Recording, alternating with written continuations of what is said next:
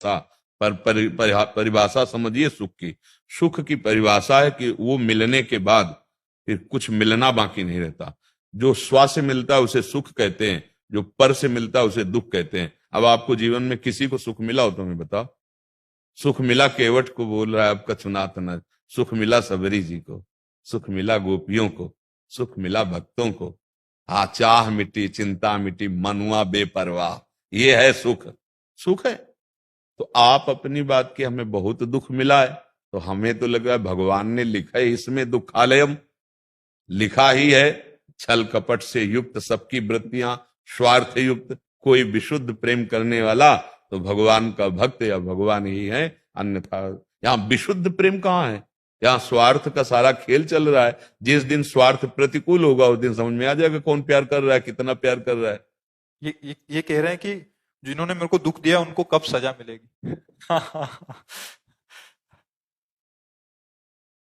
अपनी जबान अगर दांत से कट जाए तो आप क्या पत्थर लेकर दांत तोड़ देंगे? उत्तर दीजिए। अपनी चूक से अगर अपनी जबान कट जाए, दांत से कटी जाती है कभी कभी ऐसे, तो आप दंड देते हैं क्या दांतों को? तत्काल क्षमा, और सोचते भी नहीं कि दांतों से अपराध हुआ है। क्यों? क्योंकि अपना है। आप जिनको मान रहे हैं अपना, क्या अपना असलियत में माना था? हमारी वृत्ति ही हमको दुख देती है, आपको सच्ची बताएं। जैसे किसी भी आदमी के दिमाग में आपके प्रति प्रतिकूलता आई तो आपका कर्म ही उसके दिमाग में पहुंच गया। हम कई बार ये दृष्टांत सुनाया है। एक गौतमी नाम की महान तपस्विनी थी, महाभारत में भगवान श्री कृष्ण द्वैपायन व्यास देव जी ने लिखा है। वो बहुत ही सामर्थ्यशालिनी हो गई तपस्या के। अच्छा, उनका एक पुत्र था, वो खेलने के लिए जंगल में निकला तो काले सर्प ने काट लिया और तत्काल मृत्यु हो गई। तो कुछ वहां के व्याध उठाकर लाए और तपस्विनी जी के आगे जब देखा उन्होंने हमारे पुत्र की मृत्यु कैसे हुई, तो उनका सर्प ने काटा है। मंत्र से आह्वान किया, सामने सर्प। उनका अभी तेरे 100 टुकड़े करती हूं, तूने मेरे पुत्र को क्यों मारा? वो बहुत तपस्विनी थी, सबकी भाषाओं का ज्ञान था। उन्होंने कहा, सर्प ने कहा कि आप व्यर्थ में मुझे दंड देंगी। मैंने नहीं मारा, मेरे सर पर मृत्यु सवार हुई आके और कटवा दिया। बात तो ठीक है। मृत्यु का आह्वान किया और कहा मैं अपने तपोबल से तुम्हें भस्म कर दूंगी। उनका व्यर्थ में आप अपनी तपस्या नष्ट मत कीजिए। मैंने कुछ नहीं किया, काल ने प्रेरित होकर मेरे से सांप को प्रेरित करवा के कटवा दिया। हाँ, ये भी बात सत्य है। अब उन्होंने काल भगवान का स्वरूप है, सामने आया तो उनका नाराज मत हो, तुम्हारे बेटे के कर्म ने मुझे प्रेरित किया और मैंने मृत्यु को प्रेरित किया, मृत्यु ने सांप को काट दिया। मूल तुम्हारे बेटे का कर्म है। शांत। को न काहू के सुख दुख कर दाता और निज कृत कर्म भोग सुन रहा। अध्यात्म से शांति की बात यह है कि जब हमारा कर्म कहीं ना कहीं हमें दंड देना चाहता है तो घटना बन जाता है, व्यक्ति के दिमाग में बैठ जाता है, वस्तु विपरीत हो जाती है, परिस्थिति विपरीत हो जाती है और दुख भोग कर हम पवित्र हो जाते हैं। हमें कोई दुख नहीं दे रहा, हमारे कर्म ही हमको दुख दे रहे हैं। अब अपने कर्मों को तो आप देख नहीं रहे, आपको लग रहा है उसने गलत किया, उसको मेरे सामने दंड मिलना चाहिए। अगर आप इसी जन्म में आप अपने कर्मों का हिसाब लेने के लिए तैयार हो तो फिर रो पड़ेंगे आप। कोई भी व्यक्ति हो, गलती नहीं हुई आपसे, भयानक गलतियां हुई, देख लो, आपने क्षमा किया ना अपने को, प्रभु से मांगा क्या कि मुझे दंड दीजिए? सब देख लो, सब, एक व्यक्ति की बात नहीं। क्योंकि जब तक बुद्धि भगवान में स्थित नहीं होती तब तक इसका भरोसा नहीं है, पाप कराने में बहुत प्रबल है।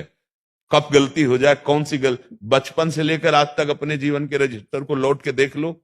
अगर दंड मिले तो होश खराब हो जाए, कोई और नहीं मुझे कष्ट दे रहा, मेरे कर्म ही मुझे, अवश्य में भोक्तव्यम कृतम कर्म शुभा।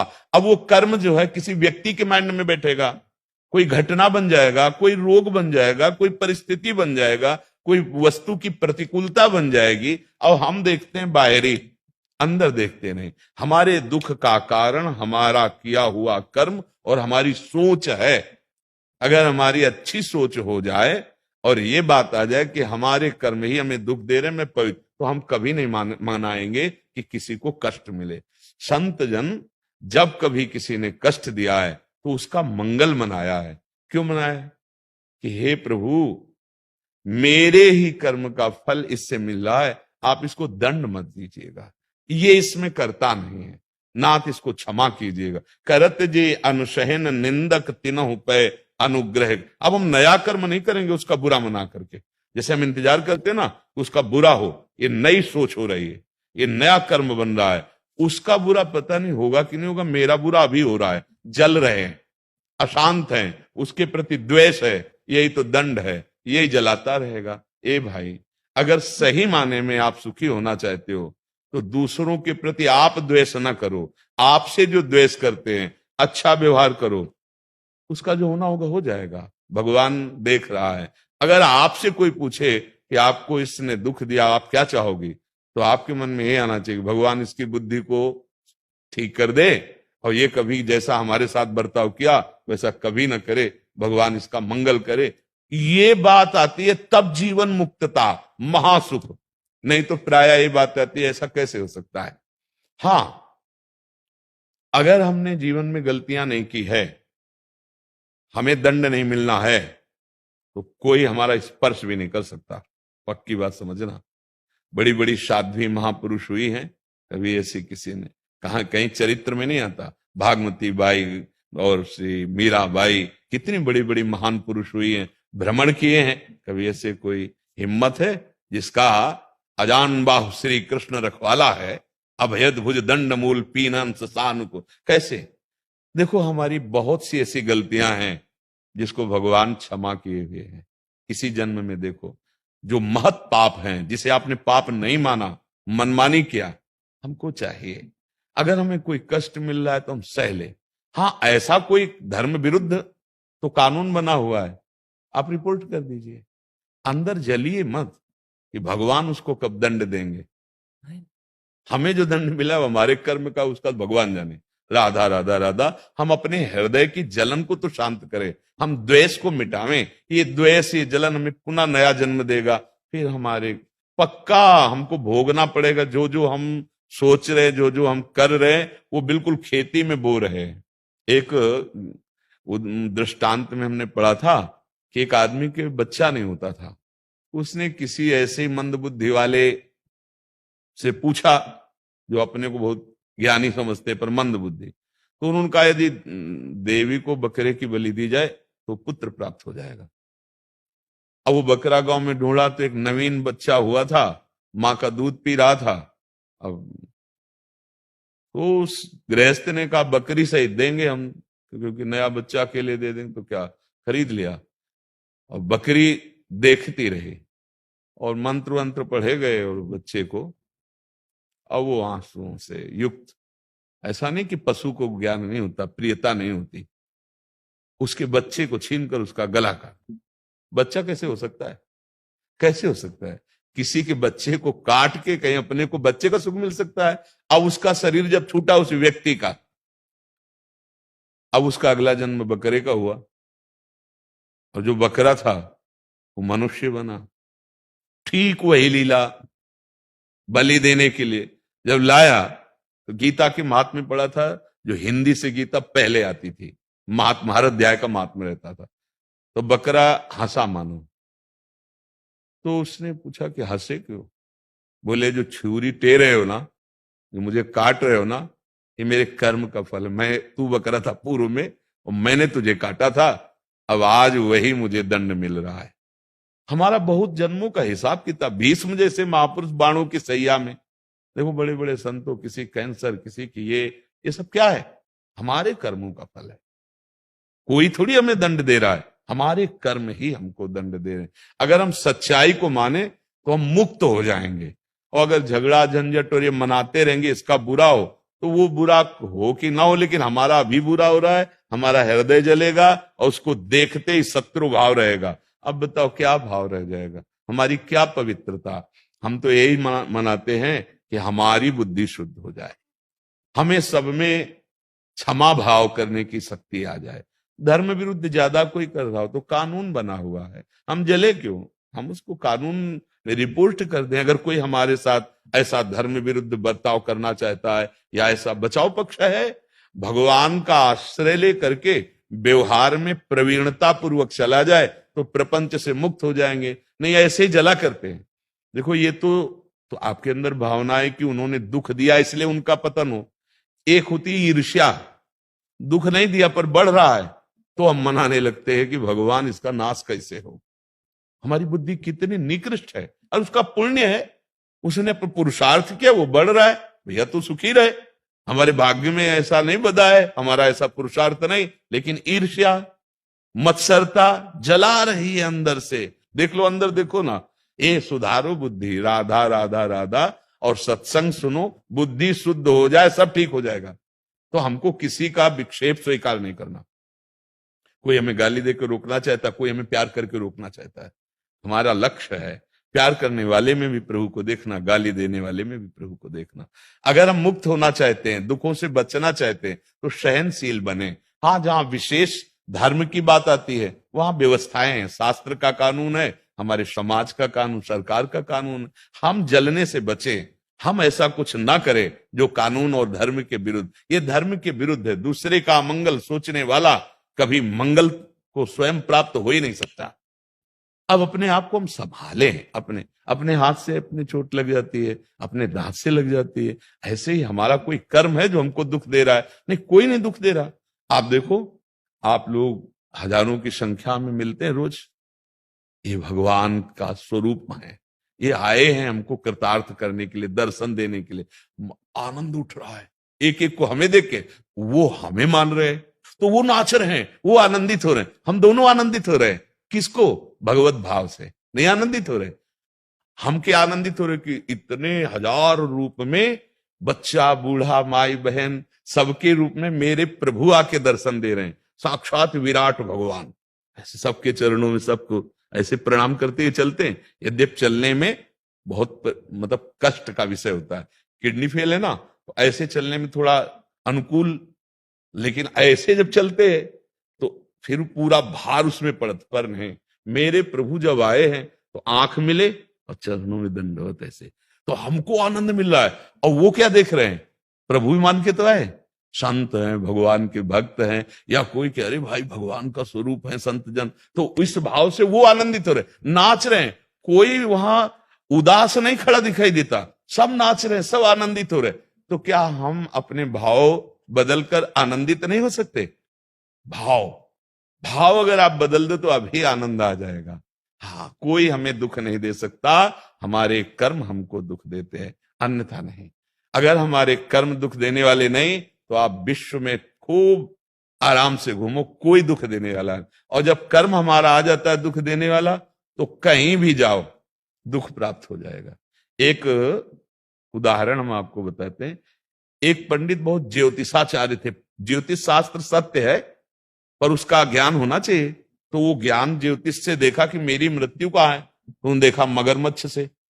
तो उन्होंने कहा आज से हम जहां पानी है वहां जाएंगे ही नहीं। तो मगरमच्छ का सवाल, वो अपनी सब संपत्ति बेचे और ऐसे जहां रेगिस्तान टाइप, जहां पानी की बहुत असुविधाएं हैं, वहां जाके मकान खरीदा। अब वो ज्योतिष विद्या से परिवार चलाते। धीरे धीरे राजा के पास सूचना पहुंची कि बहुत बड़े ज्योतिषाचार्य, अब उनको राजपुरोहित के रूप में वर्ण कर लिया। अब रोज वहां जाते। अब जो ही राजपुरोहित के रूप में वर्ण किया सो पुत्र हो गया। पहले पुत्र नहीं, अब तो राजा भगवान मानने लगे।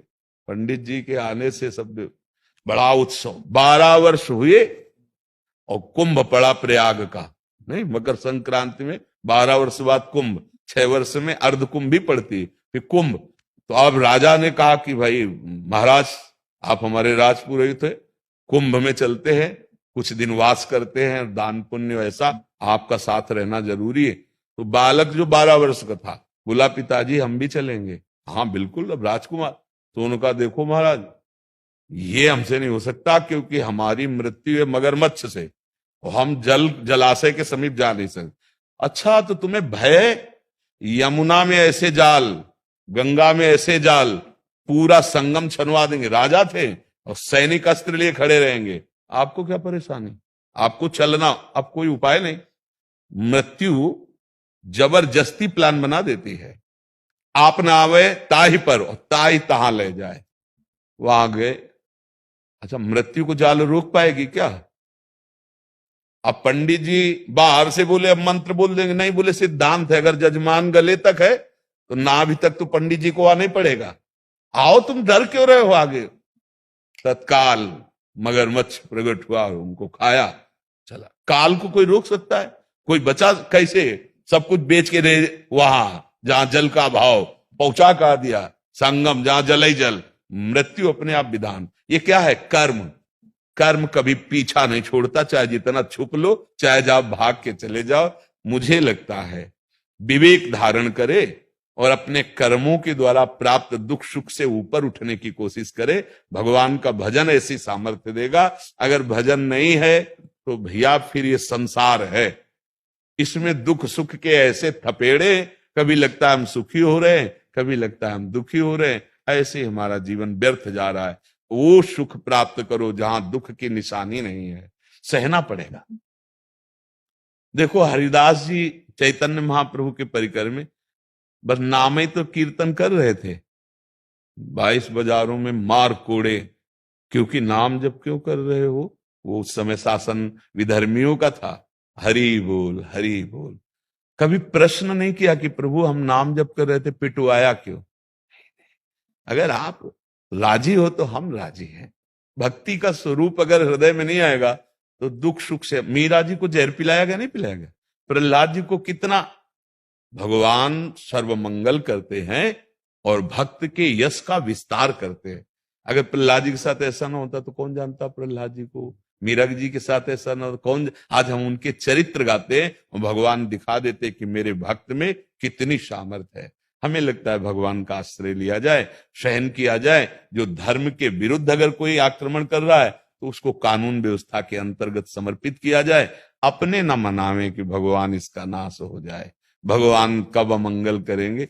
हमारा परमार्थ का स्वरूप, जहां आपने प्रश्न किया, यहां सिर्फ भगवत प्राप्ति के मार्ग से ही उत्तर दिया जाता है। लौकिकता का यहां प्रवेश नहीं है। इसलिए विनय है, आप इसको समझने की चेष्टा करें। गुरुदेव, आपके चरणों में कोटि कोटि प्रणाम। महाराज जी, ये शरीर पूर्ण सदगुरु से दीक्षित है। मन में उन्हीं के द्वारा दिए गए गुरु मंत्र का जाप भी चलता है। इसके साथ ही घर में नित्य राधा नाम संकीर्तन चलता है और आपका सत्संग भी सुना जाता है। महाराज जी, मेरा ये प्रश्न है कि ऐसा करने से कहीं इस शरीर द्वारा अपने गुरु की अवहेलना या अपमान तो नहीं? गुरु को क्या समझा है? व्यक्ति समझा है क्या? व्यक्ति कभी गुरु नहीं हो सकता, गुरु कभी व्यक्ति नहीं हो सकता। गुरु को तो समझने की कोशिश करो। अपने गुरु को एक पांच भौतिक शरीर में ही केवल सीमित मत रखो। हाँ, ब्रह्मानंदम परम सुखदम केवलम ज्ञान मूर्तिम द्वंद्वातीतम गगन सदसम तत्वमस्यादि लक्ष्यम एकम नित्यम विमल अचलम सर्वधी साक्षिभूतम भावातीतम त्रिगुण रहितम सदगुरुम तम नमामि। जहां से वाणी मिले पहचानो कि मेरे सदगुरु बोल रहे हैं। हर हृदय सदगुरुदेव का ऑफिस है। चराचर जीव में मेरे सदगुरुदेव अखंड मंडलाकारम व्याप्तमेन चला, मेरे गुरुदेव विराजमान है। अपराध? अपराध निषिद्ध आचरणों में होता है। नाम कीर्तन अपराध होता है? महापुरुषों की संतों की बात सुनना अपराध होता है? नहीं, अपराध होता है जो शास्त्र विरुद्ध आचरण किए जाते हैं। गुरु गीता जी हैं, गुरु भागवत जी हैं, गुरु हर संत हैं, सबे संत गुरुदेव हैं, व्यासें या प्रतीत। हरिराम व्यास जी पहचानना है मेरे गुरुदेव कहां से बोल रहे हैं। हर ऑफिस उन्हीं के है। किसी भी संत महात्मा भक्त की वाणी हम गुरुदेव की वाणी सुने। जो वाणी हमें भगवत मार्ग में आगे बढ़ा रही वो गुरुदेव की वाणी है। उसको हम ऐसे न देखें कि किसी व्यक्ति की वाणी है। और गुरु को एक सीमित नहीं समझे, असीम तत्व गुरुदेव है। गुरु साक्षात परब्रह्म। तो परब्रह्म सीमित है क्या? कोई कण ऐसा नहीं जहां परब्रह्म ना हो, तो कोई कण ऐसा नहीं जहां गुरुदेव ना हो। अखंड मंडलाकारम व्याप्तम चर अचर। चराचरम का मतलब क्या होता है? जड़ चैतन्य सब में गुरुदेव व्याप्त है। तो थोड़ा गुरु कृपा से बुद्धि को बढ़ाइए। कहीं कोई अपराध वाली बातें तो निषिद्ध होती है ना, निषिद्ध अपराध होता है। भगवत चर्चा सुनना, भगवान नाम कीर्तन करना, ये कहीं गुरु ने और क्या कहा है? इसके अलावा कुछ गुरु देते हैं क्या? यही तो देते हैं, नाम रूप लीला धाम प्रभु का। ये द्वैत भक्ति से अद्वैत निष्ठा, सदाकार जानत तुम्हें तुम्हें हो जाए, फिर उस अद्वैत से प्रेम का द्वैत प्रकट होता है। प्रेमाद्वैत, भक्त कोई अज्ञानी थोड़ी होता है, मैं तू का भेद वाली माया का द्वैत थोड़ी रहता है। जानत तुम्हें तुम्हें, वो भगवत स्वरूप होकर भगवान की सेवा में। तो शिष्य गुरु स्वरूप, गुरु के वचन उसे गुरु स्वरूप बना देते हैं। वो अपने गुरुदेव को अपने हृदय में, सबके हृदय में, चराचर में, कण कण में जीवन मुक्त हो गया। गुरुदेव को एक सीमा में बांध देते हैं, फिर राग द्वेष शुरू हो जाता है। ये अपने, ये पराये, माया का अभी त्याग तो हुआ नहीं। माया का कार्य है मैं, मोर, तोर, तय। इसको मिटाना गुरुदेव का लक्ष्य है। गुरुदेव इसी को मिटाते हैं, माया को, और भक्ति को जागृत करते हैं। ऐसा कभी सोचना कि यदि हम राधा नाम कीर्तन कर रहे हैं, यदि हम भगवत चर्चा सुन रहे हैं, संतों की वाणी सुन रहे हैं, तो गुरु अपराध बन सकता है? नहीं नहीं, ये तो बहुत अज्ञान की बात हो गई। गुरु हमारे जिस रूप में माना है वही हमारे मानस पटल पर, और हर वचन, हर शास्त्र के सिद्धांत जो गुरुवाणी से हमें आगे बढ़ा रहे हैं वो गुरुदेव के ही हैं। सबे संत गुरुदेव हैं। अगर संतों में भगवत भाव न रहेगा तो फिर गुरुदेव ने उपदेश किया क्या? गुरु सोई जो साधु सेवावे, और साधु सोई जो विषय छुड़ावे, वही संत है जिसके संग से गंदे विषयों का त्याग होने लगे और भगवान की यात्रा प्रारंभ हो जाए, नाम रूप लीला धाम की। समझ पा रहे? गुरु सोई जो साधु सेवावे। अगर संतों के प्रति झुकना नहीं आया तो अभी गुरुदेव नहीं मिले। गुरुदेव का कृपा कटाक्ष जहां देखा कि नाम जपने वाला, तिलक धारण किए, कंठी धारण, ये की तो हमारे संप्रदाय की नहीं, हमारे मैं मोर तोर तय माया ही है, एकमात्र मेरे प्रभु मेरे गुरुदेव सबके हृदय में बैठे। सबको नमन, सबसे प्यार का बर्ताव, यही तो हमारे गुरुदेव सिखाते हैं। सब जीवन सो प्रीति, समस्त जीवों में भगवान विराजमान है, प्रेम पूर्वक। अपराध तो तब बनता है जब हम गुरुवाणी के निषिद्ध आचरण करते हैं, उनके विरुद्ध आचरण करते हैं। ऐसा कभी नहीं सोचना चाहिए।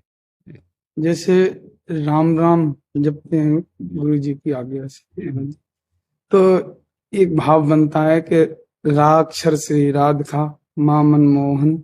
हाँ, ये तो कई बार चर्चा में भी हमने कहा है जी। श्री जी महान प्रसन्न। अपने गुरुदेव ने जो नाम दिया है, वैसे तो जितने भी अक्षर हैं सब में ब्रह्म समाया हुआ है। जैसे आ, ये ब्रह्म है, आ। अब देखो पूरे अक्षरों में देखो, का, खा, गा, घा, अंगा, चा, छा, जा, जिसे सब अक्षर मिला। अक्षर सब ब्रह्म स्वरूप है। और मंत्र मूलम गुरु वाक्यम, अगर गुरु ने कहा राम जपना है तो ये राम राम राम, उसी में सब मिल जाएगा। गुरु वाक्यम पर गुरु ने कहा शिव, शिव शिव शिव शिव, वो एक ही तत्व है, उसके अनंत नाम है, उसकी लीलाएं अनंत, हरि अनंत हरि कथा अनंत। अपने गुरुदेव के वचनों पर दृढ़ विश्वास करके खूब नाम जप करें जो गुरुदेव जी है। अब जैसे मना जाए कि हम राधा राधा कीर्तन करें, उसमें निषिद्ध थोड़ी है, हम राधा राधा नाम कीर्तन कर रहे हैं। अच्छा, वृंदावन में हो बिना जय जय श्री राधे बोले रह सकते हो क्या?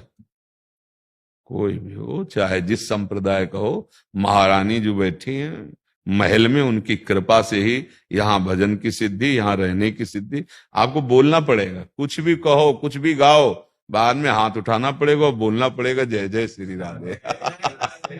तो महारानी जी का महल है, इसमें ये न सोचे कि अब हम रामोपासक है तो राधा राधा कैसे बोलेंगे। नहीं नहीं। जहां जिस धाम में रहा जाता है तो धामी की कृपा से रहा जाता है धाम। ऐसा हमारे हृदय में ये बात कभी ना आवे, नहीं तो महारानी जी की कृपा से वंचित हो जाएंगे। हमारी बुद्धि को ठीक महारानी जी करती हैं। राम जी तो कह रहे निर्मल मन जन सो मोह पावा। अब निर्मलता कहां से आएगी मति और मन की? गोस्वामी तुलसीदास जी कहे, जनक सुता जग जननी जान की, अतिशय प्रिय करुणा निधान की, ताके जुगपद कमल मनाओ और जासु कृपा निर्मल मति। हाँ, ठाकुर जी को पसंद जो है वो तो सियाजू, तो सियाजू वो प्रियाजू, समझ रही ला? हाँ, इनका आश्रय लिए बिना राम जी के प्रिय कोई नहीं बन सकता। हनुमान जी को राम रसायन तुम्हारे पासा, जाओ राम जी का प्रेम मैं तुम्हें प्रदान करती हूँ। जानकी जी ने प्रदान किया, राम रसायन तुम्हारे पास, और अष्ट सिद्धि नवनिधि के दाता, सुबर दीन जानकी माता। क्या क्या सब दे डाला जानकी जी ने, जो राम जी का जितना खजाना था हनुमान जी महाराज को दे। तो जय श्री राधे तो यहाँ बोलने पड़ेगा, और गुरुदेव ने जो नाम दिया है उसकी सिद्धि भी यही होगी। ये कल्प तरु है।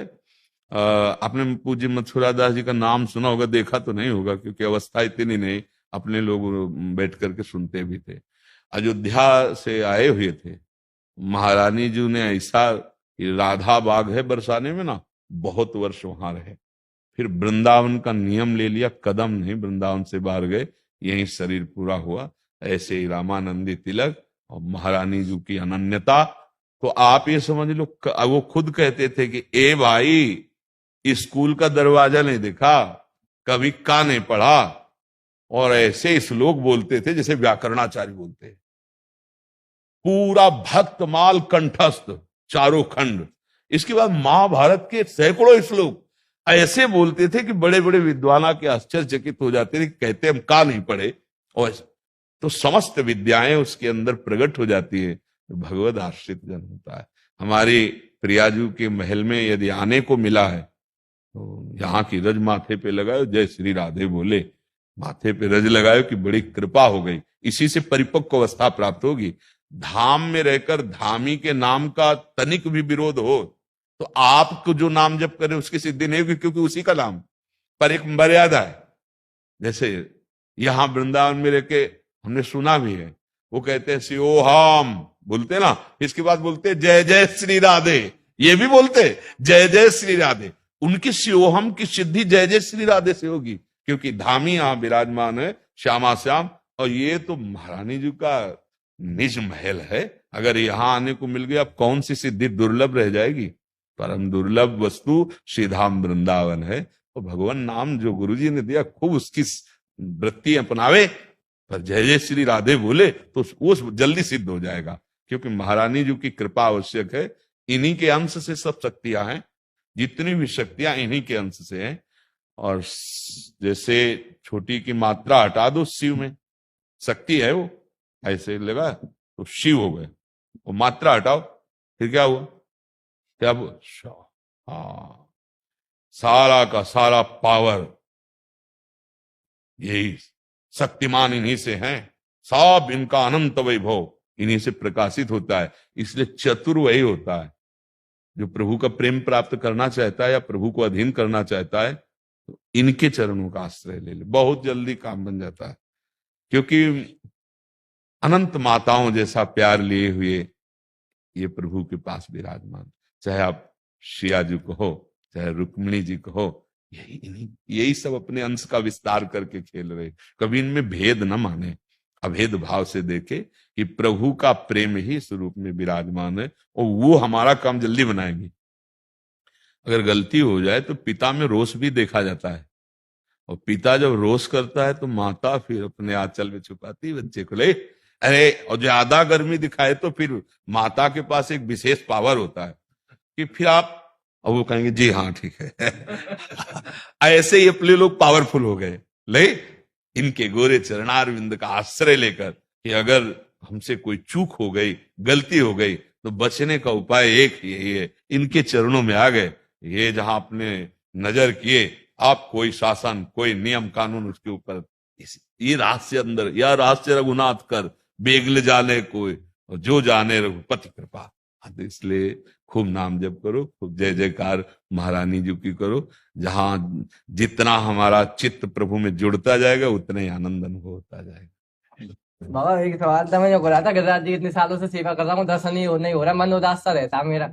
हनुमान जी की सेवा करता हूँ, मन रस मंगल शनि शूला चढ़ाता हूँ, कृपा ही नहीं हो रही। नहीं, भगवत दर्शन के लिए तो भगवान श्री कृष्ण सामने खड़े और अर्जुन से कह रहे हैं कि तुम मुझे तभी देख पाओगे, समझना सामने है। जैसे गिरिराज जी के पास हो, अंग सेवी हो, कह रहे अनन्य चेता सततम योमाम स्मृति नित्य सा तस्याहम सुलभा पार्थ नित्य युक्त योगिना।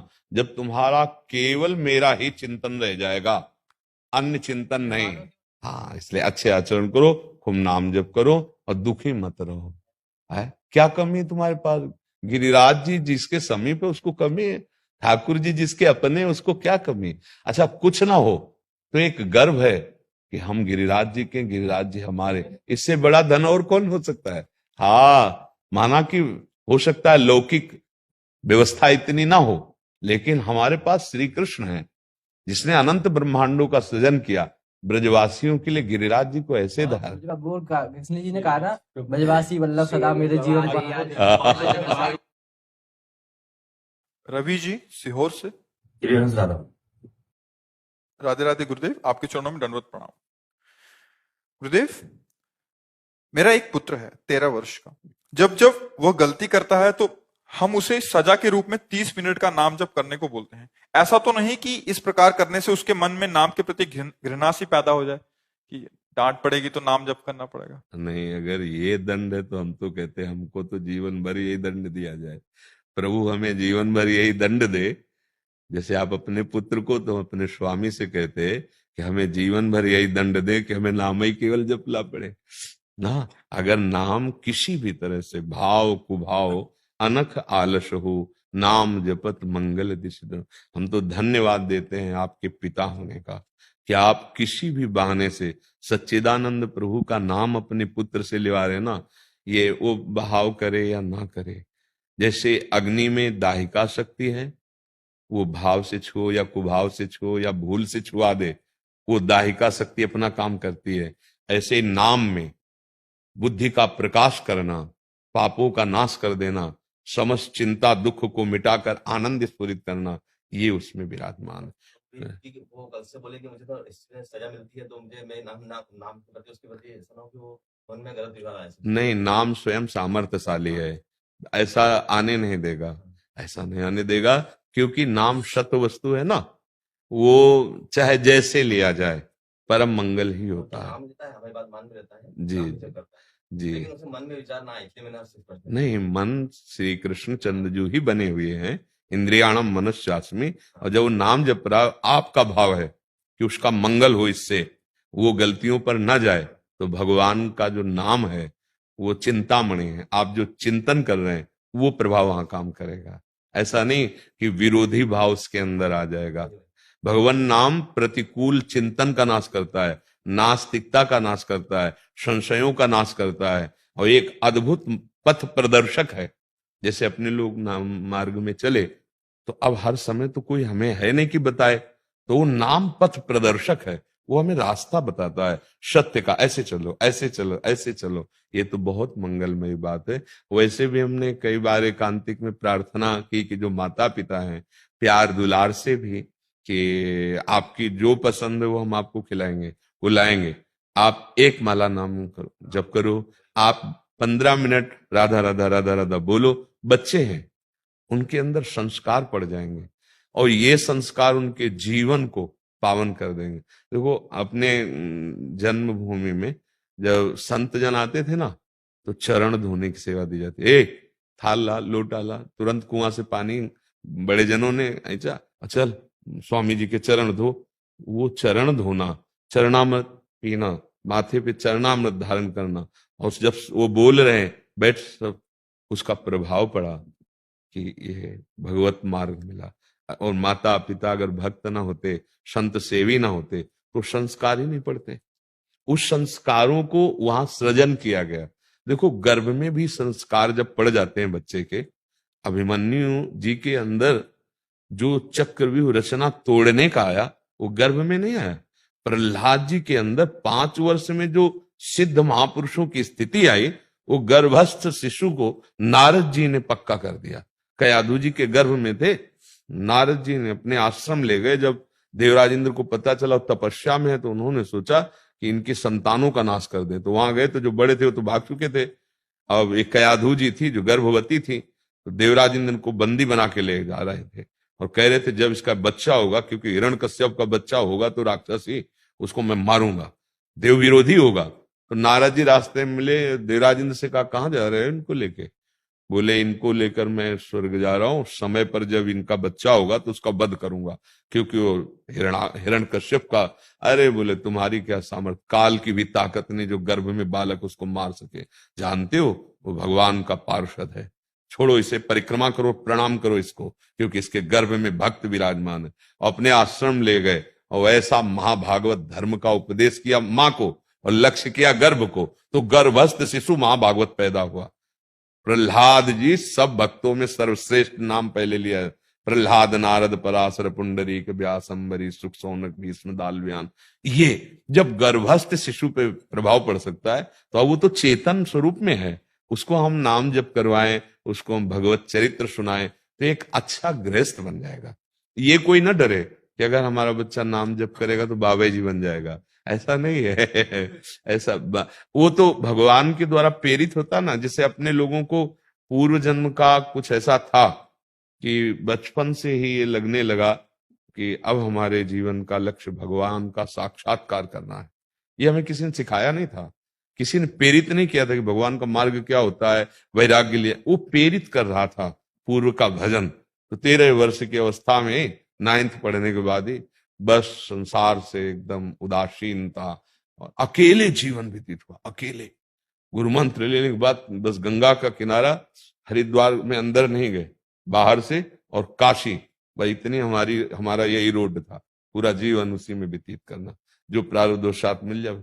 तो जैसे हम बच्चों को नाम जप कराते हैं या भगवत लीला सुनाते हैं तो ये न डरे कि बाबा जी बन जाएंगे, ऐसे नहीं। एक से एक महाभागवत जन, अगर बच्चे को नाम जपाते तो आप भी तो जपते होंगे, तो फिर आप बाबा जी बन गए क्या? ऐसे हम सब गृहस्थों को बताना चाहते हैं कि वो ये ना डरे कि बच्चा नाम जपने लगा तो मतलब उसका विरोध शुरू कर देते हैं। नहीं, देखो असलियत में बात समझो। अभी हम पीछे वाले बैच में यही बताया था कि हम मोक्ष पदवी प्राप्त करें या भगवान को प्राप्त करें, छोड़ो ये बातें, हम जीने लायक हो जाएं। हम लोगों की बुद्धि इतनी भ्रष्ट होती जा रही है कि हमारे घर के पूज्य संबंध जो विश्वसनीय है उन्हीं में जहर घुल रहा है। आप देखो ना, परिवार में पति पत्नी का संबंध कितना समर्पित संबंध अविश्वसनीय हो रहा है। माता पितृ पुत्र परिवार कितना अविश्वसनीय हो रहा है। असंतुष्टता फैल रही है, एक दूसरे के प्रति अविश्वास फैल रहा है और ऐसे आचरण बन रहे हैं। क्यों? क्योंकि आपने मान लिया धन में सुख है, भोगों में सुख है, शरीर में सुख है, इंद्रियों के भोगों में सुख है। अच्छा, इंद्रियों को छूट दे दिया, धर्माचरण में चली गई, अब वो अपवित्र हृदय हो गया, निर्णायक भ्रष्ट हो गया। बुद्धि निर्णायक है, वो भ्रष्ट हो गई। अब बुद्धि भ्रष्ट हो गई तो आप बस कैसे सुख मिले कहीं भी, ये नहीं दिखता धर्म क्या है अधर्म क्या है, ये मेरे द्वारा पोषित हैं कि इनका शोषण करना चाहिए कि नहीं, कुछ नहीं ज्ञान रह जाता। पशु और उसमें कोई अंतर नहीं रह जाता। उस पशुता का नाश करने के लिए सत्संग आवश्यक है, नाम जप आवश्यक है। अगर ये जीवन में नहीं हुआ तो आपका जीवन सुखमय नहीं होगा। ऐसे आचरण बन जाएंगे कि फंसोगे, कानून में फंसोगे। अगर कानून से बच गए, मान लो नहीं प्रकाशित हुआ, तो तुम्हारा मन तुम्हें ऐसा दंड देगा जो कानून भी नहीं दे सकता। तुम्हारा मन हर समय तुम्हें जलाएगा, डिप्रेशन में भयावह स्थिति पे अचानक कल्पना, कोई भय नहीं, बस जलोगे।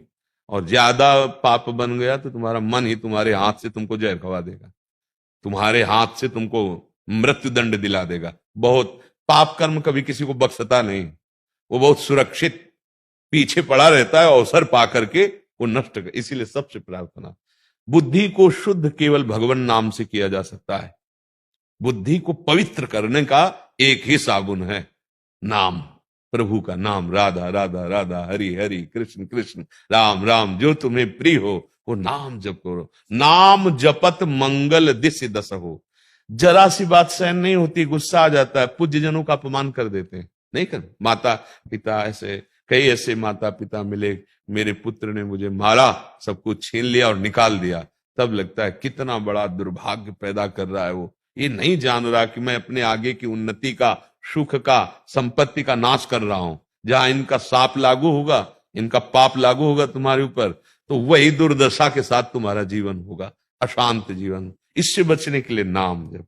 ये तो बड़ा मतलब प्रशंसनीय विषय है कि नवीन कोमल पवित्र हृदय में ही नाम रूपी बीज डाल दिया। वही पिता धन्य है, वही माता धन्य है, वही गुरु धन्य है, वही रिश्ता धन्य। भगवान ऋषभदेव जी श्रीमद् भागवत में, जो अपने रिश्ते पवित्र संबंधों को सत मार्ग का पथिक बनावे। गृहस्थ में सत भाव से चला जाता है, तो वो गृहस्थ नहीं, वो मुनि की तरह जीवन बीते। हम सब ऋषियों की संतान हैं, जितने हैं सबके मूल में ऋषि ही हैं। तो अगर हम गृहस्थ में एक पत्नी व्रत, धर्म पूर्वक बच्चे आदि को जो हमारा रोल है, स्वांग है, उसके अनुसार पढ़ाना लिखाना, पवित्रता से रखकर उनका ब्याह करना, इसी से भगवान की प्राप्ति हो जाएगी। नाम जप कर रहे हो, भगवद आश्रित हो, तो ये गृहस्थ धर्म, जो हमें माला निरंतर जपने से फल मिलेगा, वो तुम्हें हल चलाने से, व्यापार करने से, नौकरी करने से वैसे ही मिलेगा, पर उसे तुम भगवान के लिए करो और धर्म के अनुसार करो और नाम जब चलता रहे, बढ़िया काम बन जाएगा। ये तो बहुत बढ़िया जीवन का लाभ। हम यही सब माता पिता से चाहते हैं कि 5 मिनट ही सही, अगर 24 घंटे में 5 मिनट के आप संस्कार डाल दोगे तो आगे चलकर वो आपको सुख देने वाले और बड़े विवेकवान बनेंगे। ये बुद्धि जो हमारी मलिन होती है ना, ये गंदे आचरणों से होती है, और जो बुद्धि प्रवीण होती है ना, वो अच्छे आचरणों से होती है। नाम जापक बड़ा हिंसक और चोर, जब नाम जप किया तो ब्रह्म ऋषि पदवी पे पहुंचा दिया। भगवान के अवतार होने के पहले ही पूरी लीला चरित्र को लिख दिया संस्कृत से। अब आप विचार करो, नाम का उच्चारण करने की सीधे सामर्थ्य नहीं थी, और लीला चरित्र भगवान का पहले से लिख के रख दिया। कितनी बुद्धि प्रवीण हो गई, ब्रह्ममयी बुद्धि हो गई नाम जापक की। इसलिए नाम निरंतर, नाम बड़े भाग्यशाली हैं जो रामकृष्ण हरि अंदर से गुनगुनाते हुए अपना कार्य कर रहे हैं। तो इसी जन्म में उनको पता चल जाएगा कि परम धन क्या मिला हमें, जीवन हमारा क्या हुआ। हर दुख से लड़ने की, हर विकार को परास्त करने की सामर्थ्य नाम में है। नाम में जितना नाम बल बढ़ाओगे उतने ही आनंद में डूब। सच्चा पिता वही जो नाम रूपी संपत्ति अपने पुत्र को दे दे। ये सब बाहरी है, तो भगवान का आश्रय लेकर नाम जप करते हुए उतर संसार में, बस वो जीत जाएगा, जीत जाएगा। धन्य है वो माता पिता जो भगवत मार्ग में अपने बच्चों को लगाते हैं। जी। सुनील शर्मा जी, ललिता जी, राधा वल्लभ श्री हरि ओम। गुरुदेव आपके चरणों में कोटि कोटि प्रणाम। गुरुदेव भगवान, अहम भाव की सूक्ष्मता को कैसे समझे, इसको जड़ से समूल नाश करने का सरलतम उपाय क्या है? जब हमें किसी दूसरे में दोष दिखाई देने लगे तो समझ लेना गुणाभिमान जागृत हो चुका है। जब हमको अपने गुणों में सुखानुभूति होने लगे, मेरा नियम इतना, मैं ऐसा कर रहा हूं, मैं ऐसा कर लूंगा, मैंने ऐसा ऐसा किया, ये अहम का लक्षण है। जब ये बात आए कि देखो गुरुदेव की कृपा, कैसी श्री जी की कृपा, कहाँ हम विषयी जीव और मुझे सतमार्ग मिला, मेरे से भजन बन रहा है, मेरे से अच्छे आचरण बन रहे हैं, ये केवल श्री जी की कृपा, गुरु जी की कृपा। बात वही है, अब इसमें अहम नहीं है। जहां किसी के आचरण देखकर अपने में श्रेष्ठता का भाव और उसके आचरणों में दोष दर्शन, छिद्रावेषण, मतलब कमी देखना, ये अभिमान का लक्षण है। इस अभिमान को जो पहचान ले उसे विवेक कहते हैं। विवेक जो सत्संग से, साधु समागम से, शास्त्र स्वाध्याय से प्रकट होता है, वही पहचान सकता है। विवेक बुद्धि नहीं पहचान सकती, बुद्धि नहीं, बुद्धि तो सपोर्ट करती है। विवेक पहचानता है कि अच्छा ये अहम वृत्ति आई। अब उसके निवारण का उपाय है कि जब हम भगवद आश्रित नहीं थे, जब हम गुरु जी के आश्रित नहीं थे, तो हमारी दुर्दशा थी। तो ऐ अहम, इस समय तो स्फुरित होकर के जिस विषय को लेकर के गर्व कर रहा है, मद कर रहा है, ये तेरा व्यर्थ है। एकमात्र भगवान की कृपा ही हमें चला रही, हम किस बात का अहंकार करें। एकमात्र गुरु कृपा ही केवलम, वही हमें चला रही, हम किस बात का हम। जब तक भगवत चरणारविंद का दृढ़ आश्रय, गुरु चरणारविंद का दृढ़ आश्रय नहीं होता, तब तक ये अहम सुरक्षित बना रहता है। हाँ, थोड़ा बड़े से छोटा हो जाता है, जिसे सूक्ष्म कहते हैं। सूक्ष्म अहंकार जिस समय प्रियाजू के चरणों में समर्पित हुआ, फिर देर नहीं लगती स्वरूप प्राप्ति में, जो सहचरी स्वरूप, सखा स्वरूप, गोपी स्वरूप, जो भाव देह है वो जब अहम पूरा समर्पित हो जाता है, बहुत समय लगता है क्योंकि देहाभिमान बहुत पुष्ट है ना, कि मैं पुरुष हूं, मैं स्त्री हूं, ये देहाभिमान है ना। हाँ, ये देह शुद्ध विस्मरण हो जाएगा जिस समय अहम समर्पित हो जाएगा, और यथावत सारी चेष्टाएं होंगी। यही भगवान की सामर्थ्य है, तो हर समय अपने आराध्य देव में स्थित रहते हुए गृह कार्य वैसे ही करेगा जैसे एक संसारिक आदमी करता है। जैसे गोपी जनों को देखो चरित्र पढ़ के, लीपना, बुहारना, धान कूटना, रसोई मनिया करना, गौ दुहना, मक्खन आदि सब निकालना, पूरी क्रिया, पति की सेवा करना, पुत्रों की सेवा, यथावत चेष्टाएं हो रही, लेकिन स्थिति वहां नहीं है। स्थिति श्री कृष्ण में है, मुरारी पादार्पित चित्त, क्योंकि अहम समर्पित हो गया श्री कृष्ण में। अब उनके पूरा ज्ञान है। न खलु गोपिका नंदनो भवा नखिल देहिना मंतरात्म। प्रभु मैं आपको जानती हूं कि आप केवल नंद नंदन ही नहीं है, यशोदा नंदन ही नहीं है, आप समस्त शरीरधारियों की आत्मा है। अखिल देहिना मंतरात्म, जो समस्त देहधारियों की आत्मा है, मैं आपको जानती हूं। अर्थात परब्रह्म भाव, आत्मस्वरूप की अनुभूति और परम प्रेम, इसीलिए तो गोपी जनों की सबसे ऊंची स्थिति बताई गई है। तो ऐसा नहीं है कि अहम समर्पित हो जाने पर गृह कार्य कैसे होंगे, पूरे यथावत कार्य होते हैं, पर वो कार्य यंत्रवत होते हैं। जैसे यंत्री जैसे चलाना चाहता है, कठपुतली का नाच देखा है, बाहर से ऐसे पर्दा लगा था जब हम बचपन में देखा था, और ऐसे एक मंच बना था और 5-6 उसमें कठपुतली उतारी गई और नचारा 5-6 आवाजें निकाल रहा है, लेकिन वो 5-6 नहीं है, एक ही व्यक्ति है। अंगुलियों में पीछे जब छोटे थे तो दौड़ के जाके देखा कि 5-6 लोग बोल रहे होंगे, वो अलग अलग आवाज निकाल रहा था और अंगुलियों के अलग अलग इशारे से वो अलग अलग नाच रही थी। बस कुछ ऐसा ही है, एक ही परमात्मा माया का पर्दा लगा के सबको नचा रहा है, अलग अलग आवाजें निकाल रहा है, अलग अलग लीलाएं करवा रहा है, कहीं सृजन लीला, कहीं पालन लीला, कहीं संहार लीला, ये लीलाएं तो चल रही, पर एक ही तो ऐसे उसी लीला में ये शरीर सम्मिलित हो गया, अहम प्रभु में समर्पित।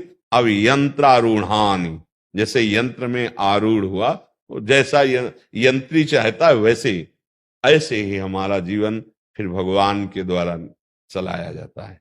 बड़े बड़े जो महापुरुष हैं, चाहे गृहस्थी में चाहे विरक्ति में, अब उनका मन तो प्रभु में लगा है, तो फिर मन प्रभु में लगा है तो गृह कार्य कैसे होते हैं? बोले यही सामर्थ्य प्रभु की है। प्रभु में लगा हुआ मन संपूर्ण सम्यक रूप से वैसे ही गृह कार्य, ऐसा नहीं कि चीनी की जगह नमक डाल देगा, नमक की जगह चीनी, ऐसा नहीं है। स्थिति वही प्रभु में है और कार्य वैसे। अब जैसे उदाहरण में देते हैं, जनक जी ज्ञान में, अम्बरीश जी भक्ति में, दोनों महाराजा हैं। तो बोले वो तो जनक जी थे, कितने ऐसे हो गए जो उस स्थिति को प्राप्त हो गए, कितने ऐसे हो गए जो भक्ति की ऊंचाई को, अब एक ही जड़ भरत थोड़ी हुई है सृष्टि में, लाखों जड़ भरत जी जैसे सिद्ध महापुरुष हो गए, और उनका चरित्र नहीं, चरित्र जड़ भरत जी का लिखा गया है। तो ऐसा थोड़ी कि अरे वो तो जड़ भरत जी थे, ऐसा नहीं। श्रेष्ठ दशाएं हम गंगा किनारे ज्ञान की भूमिका में पहुंचे हुए महापुरुषों की देखी, तो हम ये जब सोच लेते हैं हम तो गृहस्थ हैं, हम तो बस, ये गलत हो गया। अब स्थिति नहीं आ सकती, गृहस्थ में स्थिति आएगी काम क्रोध की, लोभ मोह की, मद मत्सर। हम प्रभु के, हमें सेवा गृहस्थी की मिली, जैसे हम प्रभु के हैं तो हमें सेवा मिली समाज की, भजन करो, अनुभव करो, और वही अनुभव सब प्रदान, तपस्या करो और वही अनुभव सबको सेवा में समर्पित करो। अपना तप, अपना भजन यहां से दे के जाओ, जो अनुभव किया, जो प्राप्त किया, ऐसे ही आपका कार्य है। अहम शून्य होना चाहिए। जैसे कोई कहता है कि आप ऐसा प्रश्न का उत्तर दे दिए, हमें भी लगता है कि भगवान बैठ के उत्तर दे दिए, उसको लगता है बाबा जी ने दिया, और हमें लगता है हमारे भगवान बोले, क्योंकि हम पढ़े लिखे तो जाए नहीं ज्यादा, तो ये लगता है भगवान बोल रहे हैं। अब अगर हम व्याकरणाचार्य व्याकरण पढ़े होते और बहुत, तो ये बात ना कि हो सकता था, ये बात आ जाती कि हमारी पढ़ाई लिखाई का फल है कि हम उत्तर दे रहे हैं। वो अहम जब समर्पित हो जाता है तो जो भी चेष्टाएं होंगी परम पवित्र होंगी, ये समर्पण का है। जब गंदी चेष्टाएं होती है वो अहंकार से होती है। और वो अहंकार मुखिया जो था, कर्ता भोक्ता, वो समर्पित हो गया। अब गंदी क्रियाएं होगी नहीं, गंदा चिंतन होगा ही नहीं, क्योंकि जहां समर्पित होता है वहीं चिंतन होता है। जैसे हमारा देह में समर्पित है तो देह के अनुसार चिंतन होगा। अब जितना चिंतन होगा वो परिवर्तनशील का होगा, वो नाशवान का होगा, और उसका परिणाम दुख होगा। देख लो, देह में जब समर्पित है अहंकार, तो जितना भी कुछ हो रहा है आप चिंतन करके देख लो, वो सब नाशवान ही हो रहा है। और जब अविनाशी में अहम समर्पित होता है तो क्रियाएं भले संसारिक हो, लेकिन वो चिदानंदमय स्थिति होती है। जब देह में अहम समर्पित है तो क्रियाएं भले भागवतिक हो, लेकिन स्थिति नहीं होगी। इसे सबसे खास विषय है देहाभिमान का गलित हो जाना, अभिमान का प्रभु में समर्पित हो जाना। यही दरबार दीन को आदर, रीति सदा चली आई। तो ऐसा देखो तुम कि हमारे इष्ट आराध्य देव हमको चला रहे हैं, हमारे प्रभु चला रहे हैं। देहाभिमान गुरु कृपा से गलित होता है महाराज जी। हाँ, जो उपासना मिली है, जो नाम मंत्र मिला है, तो हमारा तो है नहीं, हमारे गुरुदेव ने दिया। जो हम कर पा रहे हैं, अगर मेरे में सामर्थ्य होती तो पहले कर लेते। इसका मतलब ये सामर्थ्य गुरु जी ने दी, तो अभिमान है ही नहीं। ये तो प्रभु ने दी है, तो अभिमान है ही नहीं। जब ये होता है मैं करता हूं, अहंकार का लक्षण होता है। अहंकार विमूढ़ आत्मा करता हमिति मन्यते, मैंने किया, मैं ऐसा करूंगा, मैंने भोगा, मैं ऐसा भोगूंगा, ये अहंकार है। अगर ये आता है, हो जाता है गुरु कृपा, भगवत कृपा से ऐसा हो रहा है। जैसे कोई कहे कि आप तो बड़े भजनानंदी, बहुत अच्छे आचरण वाले हो, तो उसको एक हल्का सा जलन पैदा होगी कि आप नहीं जानते हो मैं कितना अधम हूं। अगर जो कुछ भी है तो गुरुदेव की कृपा है, ये प्रभु की कृपा, तो वो अहंकार नहीं। और जब अच्छा लगने लगे, बड़ाई जब कोई करे और हमें अच्छा लगे, तब समझो अहंकार रूपी रोग बढ़ रहा है। बड़ा सूक्ष्म है ये।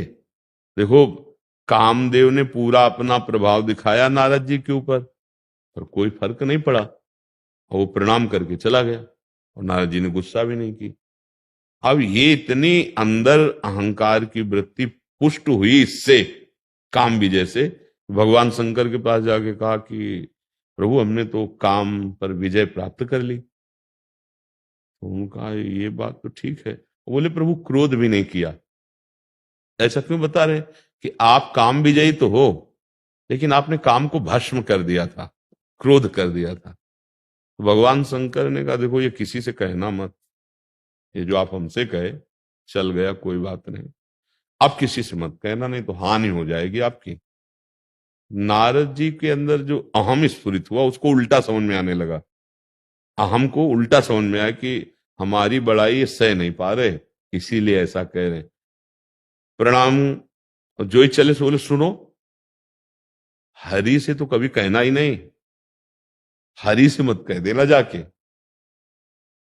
नारद जी सीधे हरि के पास ही गए और सबसे पहली बात यही रखी, कहा भगवान हमने काम पर विजय प्राप्त कर ली। तो भगवान भी बड़े लीला बिहारी, उनका आप काम पर विजय प्राप्त कर लो ये कौन सी बड़ी बात है, आपका जो स्मरण कर ले वो काम विजयी हो जाएगा। और अच्छा लगा। पहले जो है दवा दी जाती है रोग बढ़ाने की, फिर जड़ से मिटाने की होती है। मानो भगवान ने वचन रूपी और अच्छा प्रभु आगे ही नगर रच गया, और ब्याह का सब पूरा चैत्र बता ले, हाहाकार मच गया। अहंकार ने इतना हाहाकार मचा दिया कि भगवान को शाप दे दिया, आराध्य देव को शाप दे दिया। जाओ, जैसे मैं स्त्री वियोग में तड़प रहा हूं ऐसे तुम स्त्री वियोग में तड़पोगे, जो मुझे बंदर की आकृति दी वही तुम्हारी सहायता करेगा। तब हरिमाया दूर निवारी, तान रमा न राजकुमार। ये क्या भगवान की चरण, त्राहिमाम अपराध बन गया। तो अहंकार इतना सूक्ष्म होता है। बाणासुर को भगवान शंकर ने प्रसन्न होकर, एक दिन भगवान तांडव कर रहे थे, नृत्य कर रहे थे, तो वो तालियां बजाकर उस ताल पे, तो आनंद बढ़ा। तो भगवान ने कहा अच्छा तुम्हारे सहस्त्र भुजा हो जाए, 1000 भुजा, सहस्त्र भुजा बाणासुर के। अब 2 भुजा बलशाली तो था, अब 1000 भुजा तो खुजली तो होएगी ही बल की। अब जिस पहाड़ पे मारे तो चकनाचूर कर दे, जिसको ललकारे कोई सामने कैसे आ सकता, हजार भुजा। और भगवान शंकर का कृपा पात्र, तो भगवान शंकर के पास लौट के आए और कहने लगे, जगत गुरु कोई जोड़ तो है नहीं सृष्टि में और भुजाओं में खुजली हो रही, तो आप आओ। तो हंसे भगवान शंकर कि हम ही से बल प्राप्त करके हम ही को ललकार रहा है। कहा, जाओ तुम्हारी भुजाओं की खुजली मिटाने वाला हमारे समान बलशाली भगवान श्री कृष्ण, वही जो अनिरुद्ध और उषा जी के ब्याह का प्रसंग है, उसमें सुदर्शन चक्र से सब काट, तो भगवान शंकर सामने आगे, बस बस 4 रहने दो, 4 भुजाएं रहे। अहम बहुत विचित्र है, वो गुरु को भी ललकार सकता है, वो इष्ट को भी साप दे सकता है। अहम इतने बड़े भक्तों का। तो अपने लोग जब ये देखेंगे कि गुरु कृपा, हरि कृपा, और वास्तविक यही है, वास्तविक पक्का, अगर वो छोड़ दे हमें तो अभी हम गिर जाएं, मुंह भरा गिर जाएं। अगर हम चल रहे हैं तो हम देख नहीं पा रहे, पर मेरे गुरुदेव, मेरे हरि मुझे पकड़े तभी चल पा रहे हैं। अगर ये बात ध्यान रहेगी तो अहंकार नहीं आएगा कि हम अगर कोई भी विजय प्राप्त कर पा रहे हैं माया से या चल पा रहे हैं, इसमें केवल गुरुदेव का प्रताप है, इसमें केवल भगवान की कृपा है। हमारे में तो बल था नहीं और है नहीं और रहेगा नहीं, ये केवल हरि कृपा है। तो फिर अहंकार बढ़ नहीं पाएगा। जब तक ऐसा सत्संग, ऐसा ज्ञान नहीं होता, तब तक छोटी छोटी बातों में अहंकार बना रहता है।